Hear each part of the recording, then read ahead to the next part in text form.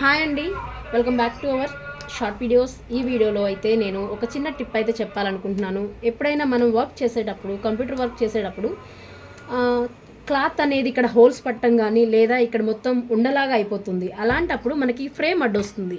ఈ ఫ్రేమ్ అడ్డొచ్చినప్పుడు ఈ చిన్న ట్రిప్ అయితే మీకు బాగా యూస్ఫుల్ అవుతుందండి. నేను చూడండి, ఇప్పుడు ఆల్రెడీ ఇక్కడ వర్క్ నడుస్తుంది. అంటే చూడండి, ఇంకా కంప్లీట్ అవ్వలేదు. ఇప్పుడు జస్ట్ టాప్లో ఉంది కానీ కంప్లీట్ అవ్వలేదు. ఇది కంప్లీట్ అవ్వాలంటే అక్కడ స్టార్ట్ బటన్ నొక్కాలి.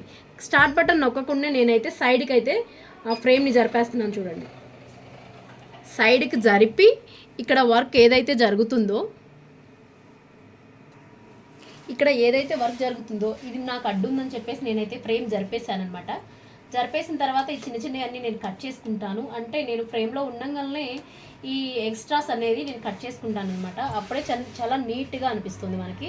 అలానే సేమ్ ఇదే ప్రాబ్లం కాదండి, ఏదైనా క్లాత్ పరంగా మనకి డిజైన్ వేసేటప్పుడు ప్రాబ్లం అనేది వస్తే ఫ్రేమ్ సైడ్కి జరిపి మనం దాన్ని ఎలా చేసుకోవాలి అంటే, ఇప్పుడు నేను ఆటోమేటిక్గా సగంలో ఉన్న డిజైన్ అయితే ఫ్రేమ్ జరిపేశాను అనమాట.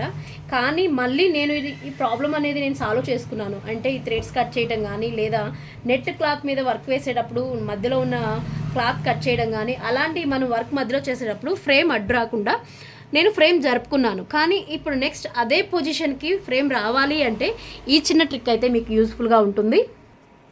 అదేంటి అంటే, ఒకసారి మీరు ఇక్కడ చూసినట్లయితే ఫ్రేమ్లో ఎండ్ పాయింట్ ఉంటుందండి. ఈ ఎండ్ పాయింట్ మనం క్లిక్ చేయగలనే ప్రెస్ చేస్తే గో టు స్టాప్ పాయింట్ అని వస్తుంది.